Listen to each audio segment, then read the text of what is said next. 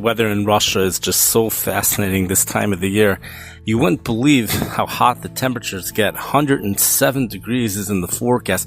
Consistent 107 degrees. This is for portions of southwest Russia, just on the border of the Caspian Sea. But it's not really just on the border.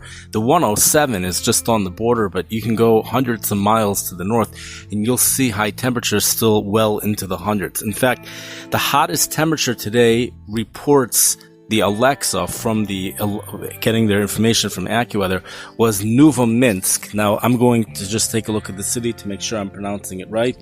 The name of the city, it's spelled Novouzhnsk.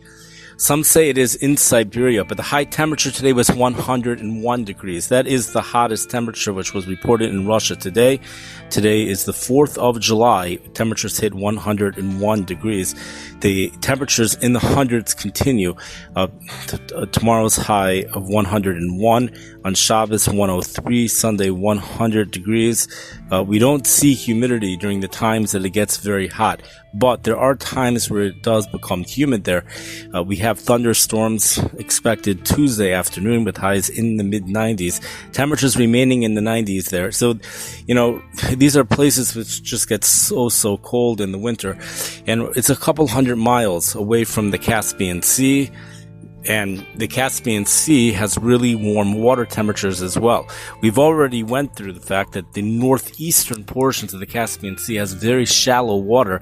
The water temperatures actually hit 95 degrees in that part of the region, and you'll just see so many hundreds over there. It's just something totally remarkable.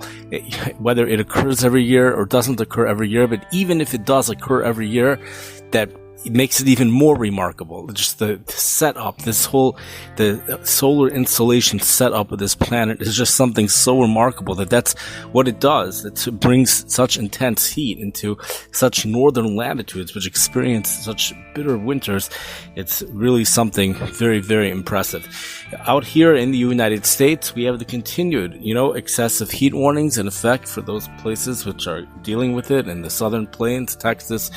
Things are similar, but there is one big change, something noteworthy, something which will be developing next week from the map that I saw earlier today, and it shows a heat ridge, a major heat dome affecting the eastern portions of the Cascade Mountains in Washington, where we could be seeing temperatures hitting 110 degrees, but you could stay up to date with the National Weather Service for further details regarding exactly when that's going to be happening. But we do have a heat ridge building into the area that's also going to affect temperatures further north as well.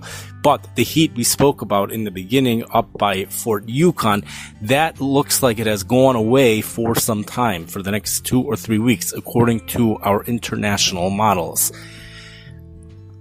There's hurricanes to track, tropical storms to track, but these are just some of the things that I don't think others have been picking up on, so we have focused in on that. You could hear all about everything else from reading any other news source, but that, especially the population thing in that city 30 to 45 miles northeast of Fort Yukon, where only perhaps 50-some people are living there. The fact that it was 92 degrees there last week, and it has never been higher than 90 in the month of July there, and it has hit 94 before. You would think this would be top headlines, but at least not the papers that I've seen. I've read nothing about it. So I wish everybody a wonderful day. Stay safe. Have a wonderful holiday. And thank you for your interest. Thank you for listening.